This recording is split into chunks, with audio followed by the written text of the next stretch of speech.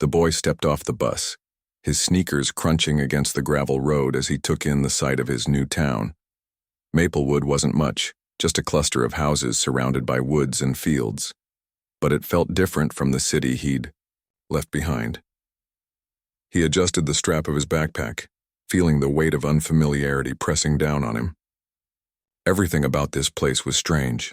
The quiet streets, the chirping birds, and most of all the people staring at him like he didn't belong. It wasn't just that he looked different. His skin tone stood out here, where everyone else seemed to share the same pale complexion. At first he tried not to let it bother him. After all, moving was supposed to be an adventure. His dad had gotten a better job at the factory nearby, and his mom promised they'd make new friends quickly.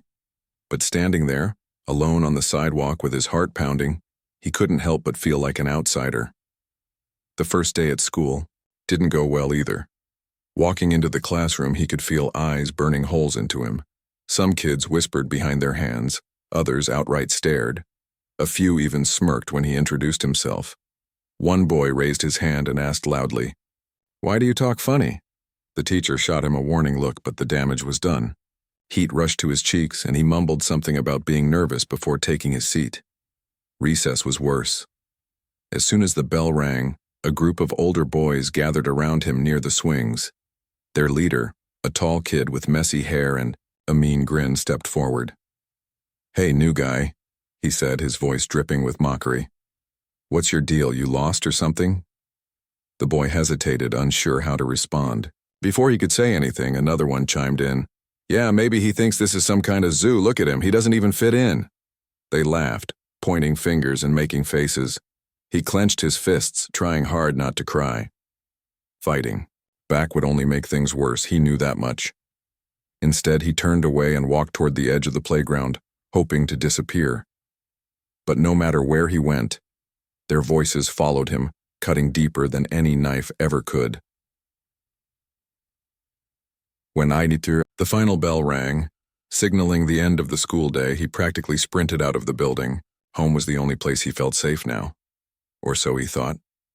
On the walk back, those same boys appeared again, riding their bikes alongside him. They threw rocks and shouted ugly words, laughing as if it were all a game. Each insult hit him like a punch to the gut, leaving him breathless and shaken. By the time he reached the front door, tears streamed down his face. His mom opened the door, concern etched across her features. Without saying a word, she pulled him into a tight hug. "What happened?" she asked softly. He shook his head, unable to speak. How could he explain what it felt like to be hated, for no reason, to be singled out because of the color of his skin? His mom held him tighter, promising to fix things. She wanted to call the school, talk to the principal, do whatever it took to protect her son. But he begged her not to. "Please, Mom," he pleaded, "if they find out I told, it'll get worse." That night, curled up on the couch, he buried his face in the fur of his dog, a scrappy golden retriever mix named Max. Max had been with him since he was a puppy, always sticking close, always ready to play or cuddle. Now, sensing his owner's sadness, Max rested his head on the boy's lap, looking up at him with big, soulful eyes. "You're the only one who gets me, huh, Max?" the boy murmured, scratching behind the dog's ears. Max wagged his tail, his warm presence offering a small comfort in an otherwise lonely world. For a moment, the boy allowed himself to imagine what life might be like if Max could follow him everywhere, even to school. Maybe then he wouldn't feel so scared all the time. Little did he know, Max was about to prove just how far loyalty could go. The days that followed were tough. Each morning, the boy woke up with a knot in his stomach, dreading the walk to school. He tried to convince himself it would get better, that maybe the bullies would lose interest or find someone else to pick on. But deep down he knew better. They seemed to thrive on making him feel small, and every day brought a new round of insults, shoves, or cruel jokes. One afternoon, during recess, the leader of the group, tall, lanky, and always smirking, decided to take things further. The boy was sitting alone under a tree trying to focus on a book. It was his way of escaping, even if just for a little while. But peace didn't last long. The bully strolled over with his friends trailing behind, their laughter echoing across the playground. "Hey, look who's hiding over here," the bully said, kicking the boy's backpack out of reach. "What's wrong? Too scared to hang out with real people?" The boy ignored him, keeping his eyes glued to the pages of his book. He hoped that if he stayed quiet, they'd grow bored and leave. But instead, the bully crouched down, yanking the book out of his hands. "What are you reading? Something about monkeys?" he sneered, flipping through the pages before tossing it aside like trash. His friends laughed, egging him on. One of them grabbed the boy's lunchbox, shaking it mockingly before dumping its contents onto the ground. Chips spilled everywhere and juice leaked from a crushed carton. The boy bit his lip, fighting back tears. He wanted so badly to stand up for himself, to shout or push back, but fear paralyzed him. Fighting would only make things worse. When the bell rang, signaling the end of recess, the boys finally left, leaving him to pick up the mess. As he stuffed the ruined food back into his bag, he noticed a few classmates watching from a distance. None of them stepped forward to help. Some looked uncomfortable, glancing away quickly while others smirked like they enjoyed the show. It was the silence, the refusal to speak up, that hurt almost as much as the bullying itself. That evening, as he trudged home, Max greeted him at the gate, tail wagging furiously. The dog's excitement was contagious, and for a brief moment, the boy managed a weak smile. Max sniffed at his backpack, probably wondering why it smelled like spilled juice, then nudged his hand affectionately. The boy knelt down, wrapping his arms around the dog's neck. "You're the only one who really cares about me, huh, Max?" he whispered. Max barked softly, licking his face. It was a simple gesture, but it meant the world. In that moment, the boy wished more than anything that Max could come to school with him. With his loyal companion by his side, maybe the bullies wouldn't dare bother him. Maybe he wouldn't feel so utterly alone. Over the next few days, the teasing continued, growing bolder and more aggressive. The boy started taking different routes to avoid crossing paths with the gang. Sometimes he'd linger in the library after school, waiting until the streets cleared before heading home. But no matter how hard he tried to stay invisible, trouble always found him. One particularly bad afternoon, the boy waited at the bus stop, clutching his backpack tightly. He kept his head down, pretending to read a flyer stuck to the pole. Out of the corner of his eye, he saw movement, a shadow creeping closer. Before he could react, someone shoved him from behind. He stumbled forward, barely catching himself, before hitting the ground. It was the bully again, flanked by two of his cronies. "Aw, poor thing," the bully taunted, grabbing the straps of the boy's backpack and yanking it off his shoulders. "Let's see what you've got in here." The boy scrambled to grab it back, but the bully held it high above his head, laughing as he rifled through the contents. Notebooks, pencils, and a water bottle tumbled out, scattering across the pavement. The boy's heart sank. He hated this feeling, the powerlessness, the humiliation. Why couldn't they just leave him alone? As the bullies jeered and mocked, Max suddenly appeared, bounding toward them with his ears perked and tail wagging. The boy had forgotten to close the gate properly, and somehow Max had slipped out. The dog stopped short when he saw the scene unfolding, his playful demeanor shifting instantly. His hackles rose and a low growl rumbled in his throat. The bullies froze, caught off guard by the sudden intrusion. "What's this mutt doing here?" the leader muttered, tossing the backpack onto the ground. He took a step toward the boy, but Max wasn't having it. The dog planted himself firmly between them, barking loudly and showing his teeth. For a moment, nobody moved. Then, without warning, Max lunged forward, snapping his jaws inches from the bully's leg. The boy gasped, shocked by his usually friendly dog's ferocity. The bully stumbled backward, tripping over his own feet and landing hard on the sidewalk. His friends backed away, wide-eyed and unsure what to do. "Crazy dog," the bully shouted, scrambling to his feet. He shot the boy a glare but didn't stick around to test Max's patience any longer. Grabbing his friends, he bolted down the street, shouting threats over his shoulder. The boy stood there trembling as Max turned to him, his tail wagging again like nothing had happened. Tears welled up in the boy's eyes, not from sadness, this time, but from relief and gratitude. He dropped to his knees, hugging Max tightly. "You saved me, buddy," he murmured, burying his face in the dog's fur. "You really saved me." Max licked his cheek. The boy couldn't stop thinking about what had happened at the bus stop. Max's unexpected appearance and his fierce defense had shaken him in ways he didn't expect. Part of him felt guilty for putting his dog in that situation, but another part was overwhelmed with gratitude. If Max hadn't shown up, who knows how far those bullies might have gone. The memory of their cruel laughter still echoed in his mind, but now there was something else too. A glimmer of hope. For the first time, someone, or rather something, had stood up for him. It made him feel less alone. Over the next few days, the boy kept a closer eye on Max. He double-checked the gate every morning before leaving for school, making sure it was latched tight. He didn't want his loyal companion wandering off again, especially not into dangerous situations. But despite his best efforts, Max seemed restless. The dog would sit by the window, ears perked, watching as the boy walked away. Sometimes, he'd even whimper softly, as if sensing the tension and sadness hanging over his owner. One Saturday afternoon, unable to bear being cooped up inside any longer, the boy decided to take Max for a walk. The weather was perfect, cool and breezy with golden sunlight filtering through the trees. They headed toward the wooded trail near their house, a place where they often went to escape the noise of the neighborhood. The boy loved these walks.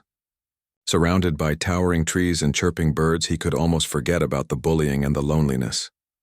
Almost. Max trotted happily beside him, sniffing at bushes and chasing squirrels. Watching his dog play brought a small smile to the boy's face. Even though life felt heavy most of the time, moments like this reminded him of the joy that still existed in the world. He threw a stick for Max to fetch, laughing as the dog bounded after it with endless energy. But halfway down the trail, the peacefulness shattered. The boy heard voices behind them, loud, obnoxious voices. His stomach dropped. Turning around, slowly he saw them.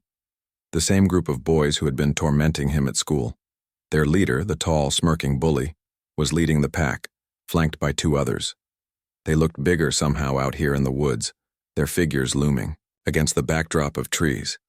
"Well, well," the bully said, his voice dripping with mockery. "Look who we've got here. Thought you could hide out here, huh?" The boy froze, his heart pounding. There was nowhere to run. The trail was narrow, surrounded by dense underbrush.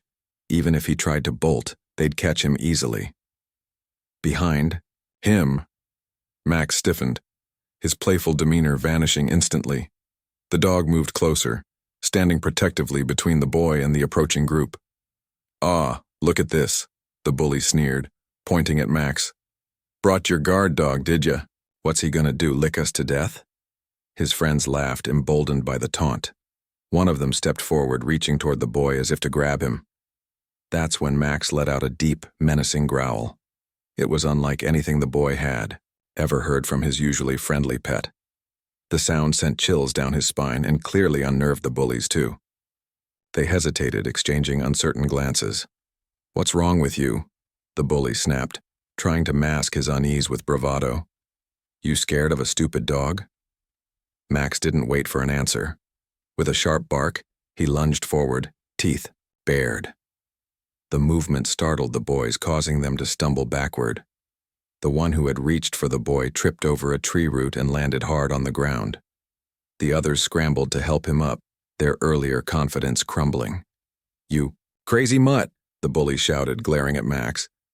He took a step toward the boy again, but Max wasn't backing down. Another low growl rumbled in his throat, and this time, he snapped his jaws dangerously close to the bully's hand. The bully yelped, jerking his arm back. "Forget this," he muttered, turning to his friends. "Let's get out of here." Without another word, the group turned tail and ran, disappearing deeper into the woods.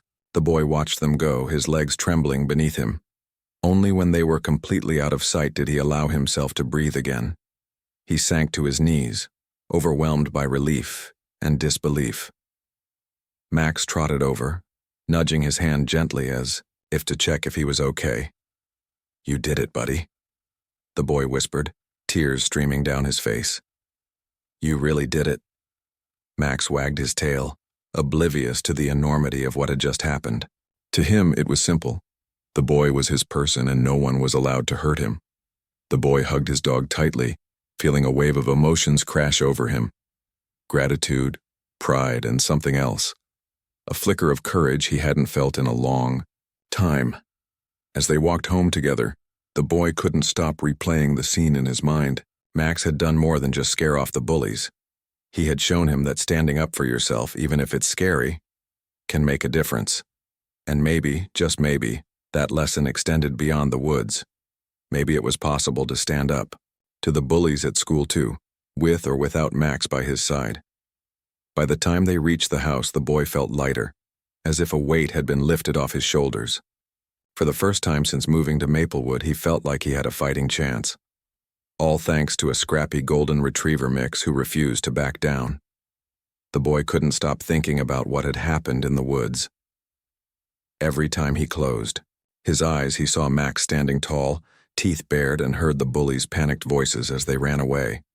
It was surreal, almost like something out of a movie.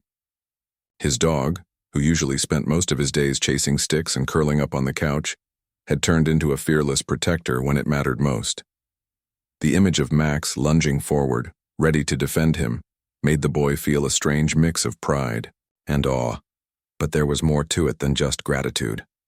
That moment in the woods planted a seed in his mind, a tiny spark of courage. For so long, he'd felt powerless against the bullies, like nothing he did could ever change their behavior. But seeing Max stand up to them showed him that bravery didn't mean being the biggest or the strongest. It meant refusing to back down, even when you were scared. And now, for the first time, he wondered if maybe he could find that same kind of courage within himself.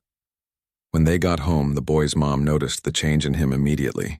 She was folding laundry in the living room when they walked in, and she paused mid-fold to study her son's face. "What happened?" she asked, setting the clothes aside and walking over. Her voice was gentle but firm, the kind that said she wouldn't let him brush her off with a quick nothing. He hesitated at first, unsure how to explain. How do you tell someone that your dog just saved you from a gang of bullies?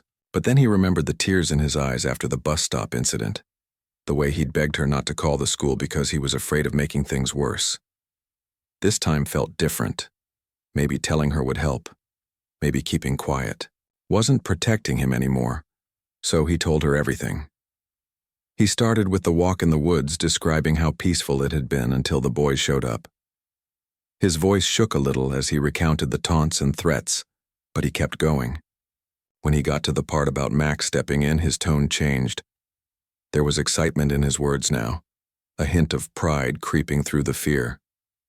By the time he finished, his mom was staring at him with wide eyes, one hand covering her mouth.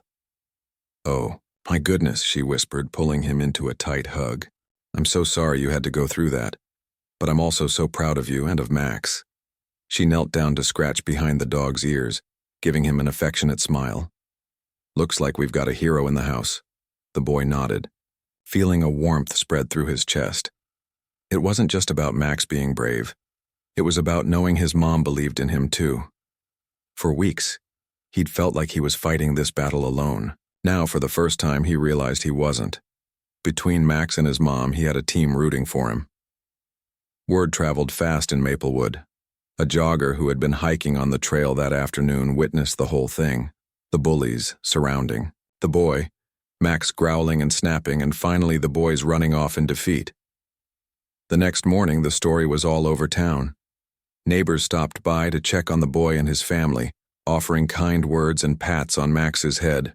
One woman even brought over homemade cookies, saying, "Any dog that brave deserves a treat, or 10.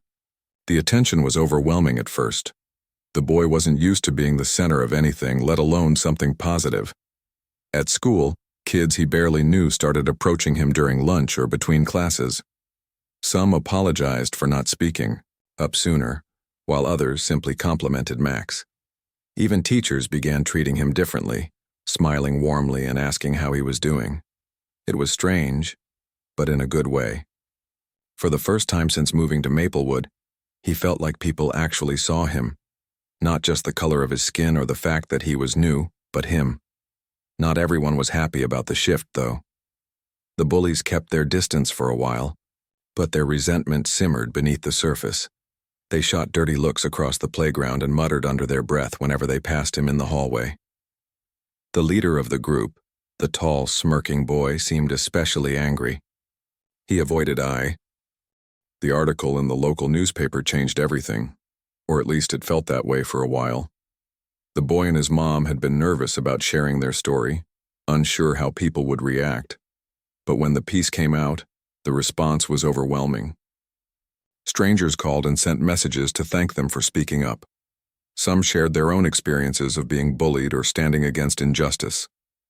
Others simply wanted to say how much they admired Max, calling him a true hero and the heart of the story. One elderly woman from down the street visited their house with a framed photo she'd printed from the article. In it, Max stood tall, his golden fur glowing in the sunlight, while the boy knelt beside him, smiling despite the weight of everything he'd been through. "This is beautiful," the woman said, handing over the frame. "It reminds us what real courage looks like." The boy didn't know what to say at first. He wasn't used to being called courageous. To him, bravery belonged to soldiers, firefighters, or maybe even superheroes, not kids like him. But as he looked at the picture, he realized something important. Courage wasn't about doing big, flashy things. It was about taking small steps forward, even when you were scared. And if Max could do it, then so could he. The attention brought other changes, too. A nearby animal shelter reached out, asking if the boy and Max would visit to share their story. They hoped it would inspire more people to adopt rescue dogs, showing that animals like Max, who had once been abandoned, could bring so much love and loyalty into a family's life. At first, the boy hesitated. Public speaking wasn't exactly his strong suit, and the thought of standing in front of strangers made his palms sweat. But his mom encouraged him, reminding him how many lives they might touch by saying yes. On the day of the visit, the shelter buzzed with excitement. Families wandered through the aisles of kennels, peeking at wagging tails and hopeful eyes. When the boy and Max arrived, everyone gathered around, eager to meet the pair who had captured the town's heart. The boy felt nervous as he stepped onto a small platform set up in the corner, but Max stayed close, leaning against his leg as if to say, "You've got this." "Hi, everyone," the boy began, his voice shaky at first. He cleared his throat and glanced down at Max, drawing strength from the dog's steady presence. "So, I guess you know our story already. My dog Max saved me from some bullies a few weeks ago, but honestly, he's done so much more than that. He's taught me what it means to be brave even when you're scared, and he's shown me that no matter how bad things get, you're never really alone if you have someone who loves you." Taim. Crowd listened intently, hanging on every word. Kids sat cross-legged on the floor, staring up at him with wide eyes. Parents nodded along, some wiping away tears. When he finished speaking, the room erupted in applause. For the first time in his life, the boy felt like he mattered, not because of what he looked like or where he came from, but because of who he was and the message he carried. Afterward, families lined up to meet Max. Kids giggled as they scratched behind his ears, and parents asked questions about adopting pets of their own. Watching the joy on their faces, the boy felt a sense of purpose he'd never experienced before. Sharing his story wasn't just about him and Max anymore. It was about helping others find hope, whether in a furry friend or within themselves. Back at school, the shift continued. While the bullies still lurked around occasionally, their power seemed to fade. Kids who had once stayed silent started standing up for each other, refusing to let cruel jokes slide. Teachers noticed the change, too, praising students for their growing kindness and empathy. Even the principal gave a speech during assembly, thanking the boy for sparking conversations about acceptance and respect. "You showed us all that courage isn't about being fearless," the principal said, looking directly at him. "It's about facing your fears anyway, and sometimes it takes a loyal companion, whether two-legged or four-legged, to remind us of our own strength." The boy blushed at the praise but couldn't help feeling proud. For so long, he'd felt invisible, like no one cared about what he went through. Now he saw how much impact one person and one dog could have. People weren't just talking about him and Max, they were changing because of them. Of course, not everything was perfect. There were still hard days, moments when the old fear crept back in. One afternoon, as he walked home from the bus stop, the leader of the bully gang appeared at the end of the street. His hands were shoved deep into his pockets and his jaw was clenched tight. For a second, the boy froze, wondering if trouble was coming again.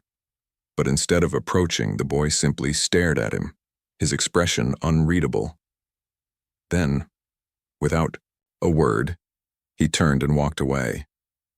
The boy stood there for a moment, his heart racing. Was this progress, or just another game? He wasn't sure.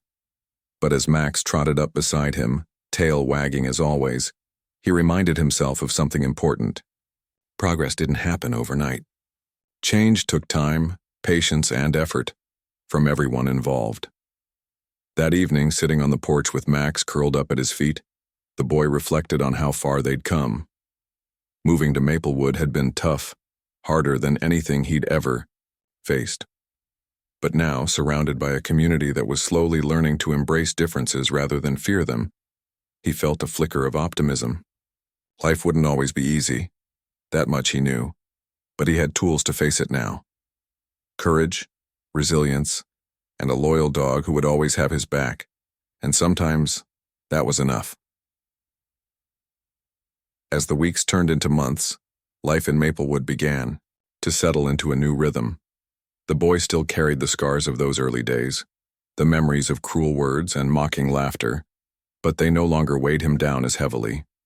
He had learned to see himself differently, thanks in large part to Max and the unexpected support he'd received from his community. It wasn't just about surviving anymore, it was about thriving, finding joy even in the smallest moments and learning to trust that not everyone would hurt him. Max remained his constant companion, always by his side whether they were walking through the woods or lounging on the couch at home. Their bond had deepened after everything they'd been through together. To the boy, Max wasn't just a pet, he was family. And every time someone stopped them on the street to say how much they admired the dog, the boy felt a swell of pride. Max had become more than just a hero in his eyes. He was proof that loyalty and love could overcome fear and hate. But it wasn't just Max who made things better. Slowly but surely, the boy started building real friendships with kids at school. At first, these connections were tentative, awkward conversations during art club or shy smiles in the hallway. But over time, they grew stronger. One girl invited him to join her group for a science project, praising his creativity when he suggested an idea no one else had thought of. Another boy asked if he wanted to play basketball after school, saying he'd heard he was pretty good, even though the boy didn't think so. These small gestures added up, chipping away at the loneliness he'd felt since moving to town. The bullies, meanwhile, seemed to fade into the background. They hadn't disappeared entirely. Sometimes he'd catch glimpses of them glaring from across the playground or muttering under their breath. But their power over him had diminished. Part of it was because people were watching now. Teachers kept a closer eye on interactions between students, stepping in whenever tensions flared. But another part of it was internal. The boy had changed. He no longer saw himself as a victim, someone powerless against their cruelty. Instead, he viewed himself as someone worthy of respect and brave enough to demand it if necessary. One Friday afternoon, the boy found himself sitting at a table in the cafeteria surrounded by classmates. A few weeks earlier, this scene would have felt impossible. Back then, he ate alone most days, too afraid to approach anyone or risk rejection. Now, though, he laughed along with his friends as they teased each other about their favorite sports teams. The conversation flowed naturally, filled with jokes and stories that made him forget how hard things had been before. "Hey, the boy said suddenly, pointing at Max's leash hanging from the boy's backpack. "What's your dog like? I mean, besides being a total badass?" The table erupted in laughter and the boy grinned, shaking his head. "You should see him. Chase squirrels," he replied. "He thinks he's some kind of hunting champion, but honestly, he's terrible at it." Yeah, another kid chimed in, grinning. But we all know he's got moves when it counts. Did you hear what he did to those guys in the woods? The boy nodded, feeling a mix of pride and embarrassment. Talking about Max's bravery still made him feel strange. It was almost like giving credit to a superhero instead of a regular dog. Still, he couldn't deny how much Max had done for him. Without his loyal companion, he might never have found the courage to stand up for himself or believe he deserved kindness from others. After lunch, the group decided to hang out at the park after school.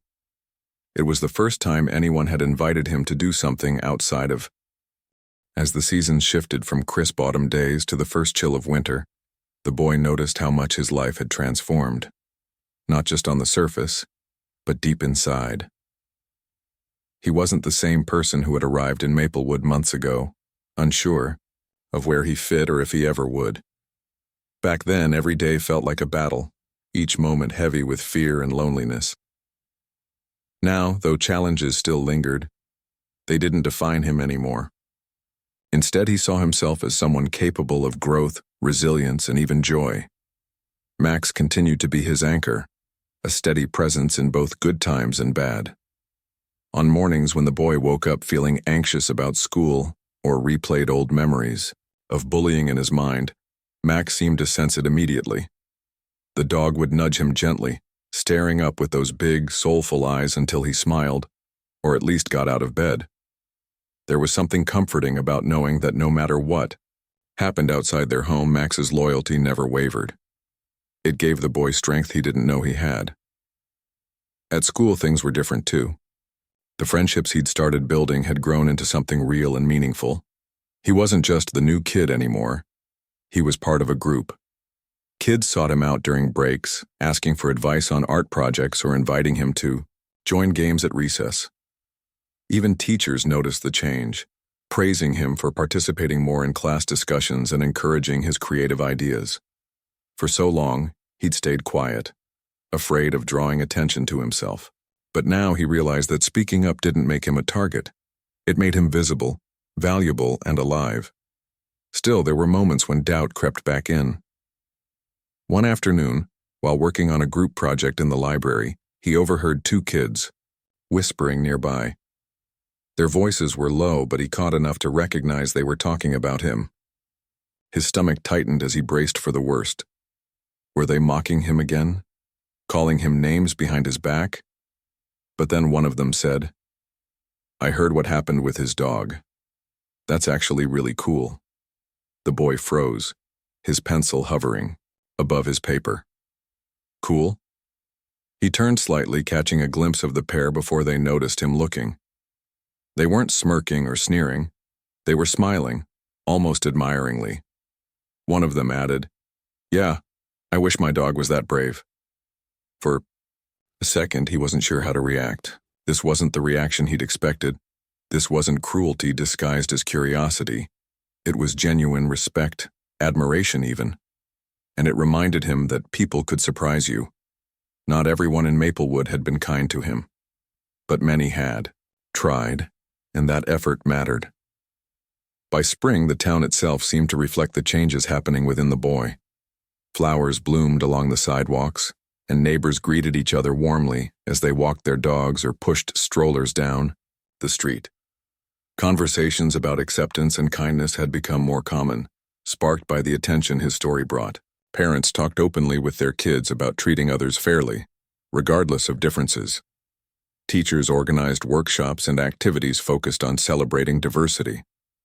Even local businesses got involved, hosting events to promote inclusivity and understanding. One Saturday, the boy attended a community fair held at the park. Stalls lined the grass, offering everything from handmade crafts to baked goods.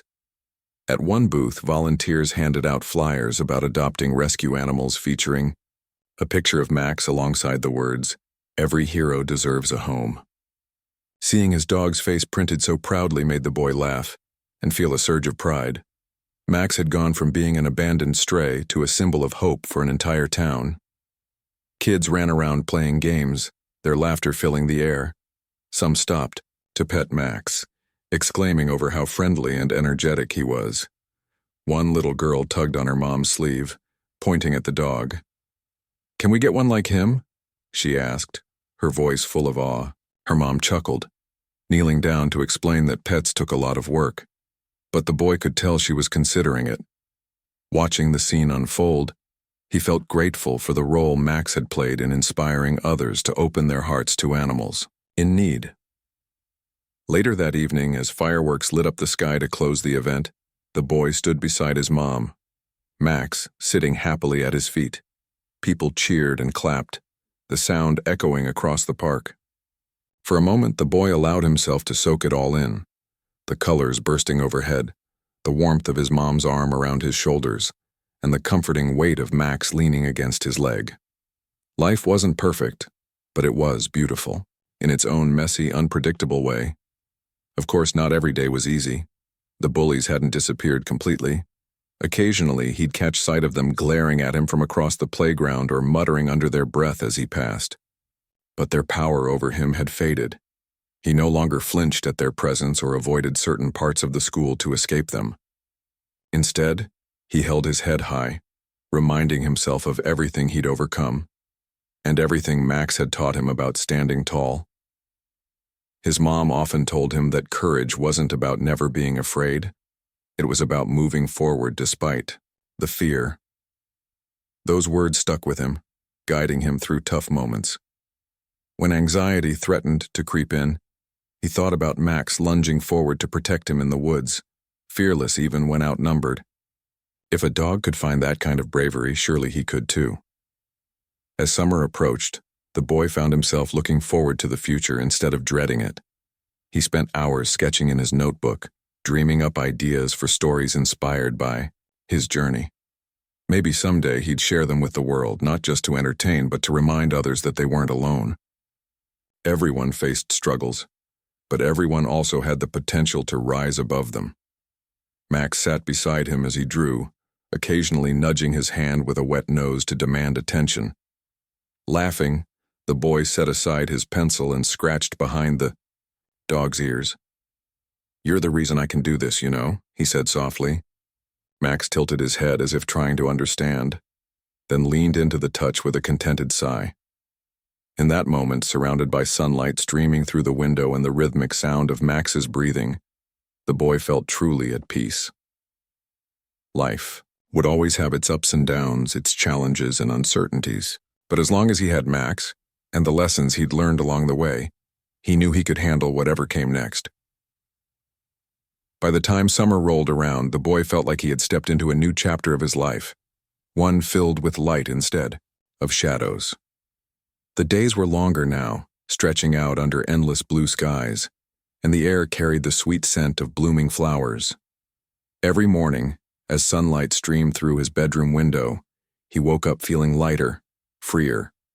The weight that had once pressed down on his chest, the fear, the loneliness, had lifted, replaced by something stronger: hope. Max was still his constant companion, always ready for their daily adventures.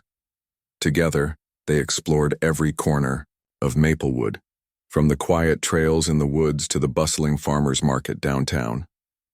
People greeted them warmly wherever they went, calling out to Max by name and stopping to chat. Some even brought treats for the dog, slipping him pieces of cheese or slices of apple when they thought no one was looking. The boy loved watching how Max charmed everyone he met, tail wagging furiously as if to say, "Thanks for noticing me." But it wasn't just Max who drew attention anymore. Strangers often complimented the boy too, praising his artwork or asking about the sketches he sometimes carried in his backpack. One elderly man at the market stopped him one day holding up a drawing the boy had done of Max playing fetch. "This is incredible," the man said, his eyes twinkling behind thick glasses. "You've got real talent, young man. Don't let anyone tell you otherwise." The boy blushed, unsure how to respond. He'd never thought of himself as talented before. He just liked drawing because it made him happy. But hearing someone else call it special gave him a boost of confidence he hadn't expected. Maybe there was more to him than he realized, more potential waiting to be discovered. At school, the end-of-year celebrations brought another wave of change. Teachers handed out awards during assembly, recognizing students for their achievements and growth throughout the year. When the principal called the boy's name, he froze, unsure why he was being acknowledged. As he walked to the front of the room, his classmates erupted into applause, cheering loudly. The principal smiled, handing him a certificate that read, "Courage Award, for standing tall in the face of adversity." The boy stared at the paper in disbelief, his cheeks burning red. Courage? Him? For so long he'd seen bravery as something reserved for superheroes or soldiers, not ordinary kids like him. But as he glanced back at his friends, all clapping and grinning proudly, he realized they saw him differently now. They didn't see the scared boy who had arrived months earlier. They saw someone who had faced challenges head-on and come out stronger on the other side. Afterward, his art teacher pulled him aside, asking if he'd consider submitting some of his drawings to a local youth art showcase happening over the summer. "Your work has such heart," she said, her voice warm and encouraging. "I think people would love to see."